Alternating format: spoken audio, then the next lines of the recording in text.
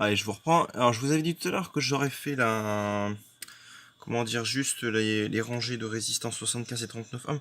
Puis bon, tant que j'y étais, bon, j'ai enchaîné avec le condensateur, ça aurait été un peu bête de chauffer la zone et après de revenir rechauffer. Bon, je vais tout faire. Il y a juste la diode, pardon, que je ferai en dernier. Elle, je pense que je ferai une pose traditionnelle au fer, puisque j'ai pas le bon boîtier. Donc c'est juste ça le seul hic. Elle est un tout petit peu plus longue, elle arrive vraiment aux extrémités.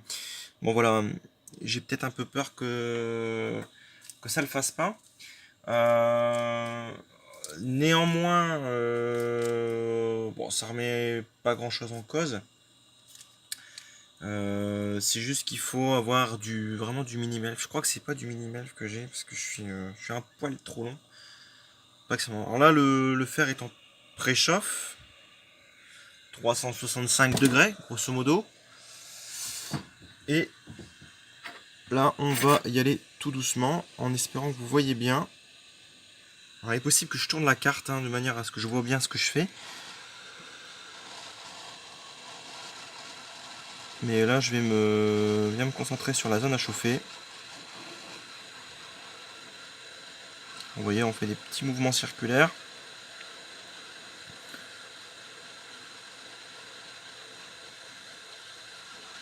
L'étain commence à se liquéfier.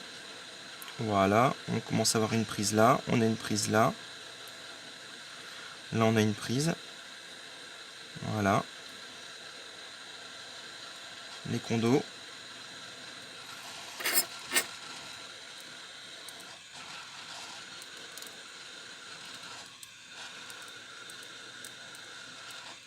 Voilà.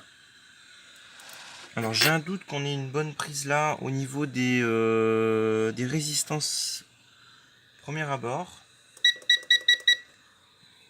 Je me remets à...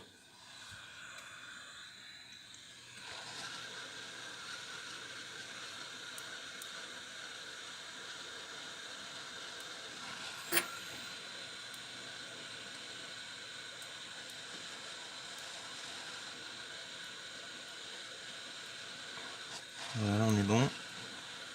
Là, il n'y a pas de doute. Ah,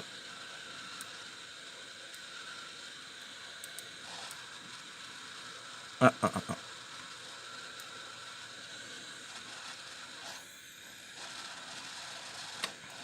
Là, il n'y a pas de doute. Voilà. Alors, je vais juste rabaisser celle-ci, elle est légèrement levée.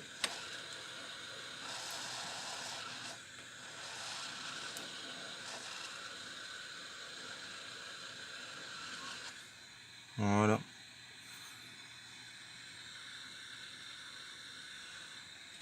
Bon, à certains endroits, j'ai peut-être un petit peu trop d'étain, mais bon, l'idée,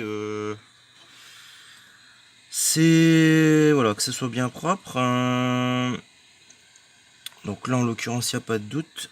Voilà, je me mets en pause au niveau de la station de soudage. Alors, j'ai pas mon bon multimètre. J'ai qu'un petit joujou là. Mais bon, qui fera bien l'affaire. Et toujours tester au niveau du multimètre entre les deux résistances, qu'on retrouve bien environ 115 ohms. Là, c'est bon, j'ai une continuité. 115 ohms. Là, je l'ai, 115, c'est bon. C'est-à-dire que mes points de contact sont bons. Là, j'ai aussi. Voilà. Alors, ce qu'on peut aussi tester rapidement, c'est voir entre les sorties.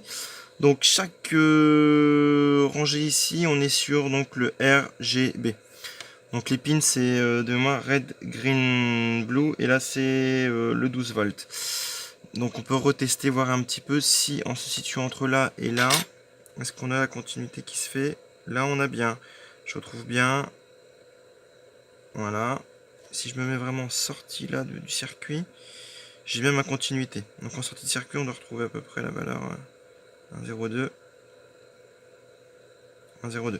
Ma continuité est faite. Donc je m'arrête avant puisque la capacitance, la capacitance c'est pas mesurable à l'ohmmètre. C'est pas une continuité. Pour pouvoir mesurer, il faudrait un capacimètre. Et là, en l'occurrence, j'en ai pas, mais bon, les composants sont bons. Il n'y a pas de souci.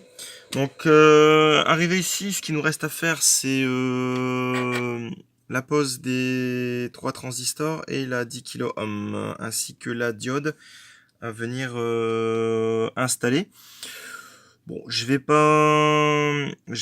vous remontrer ça. Je vous montrerai peut-être un résultat final pour que vous voyez un petit peu. Puis bon, on se reprend tout à l'heure.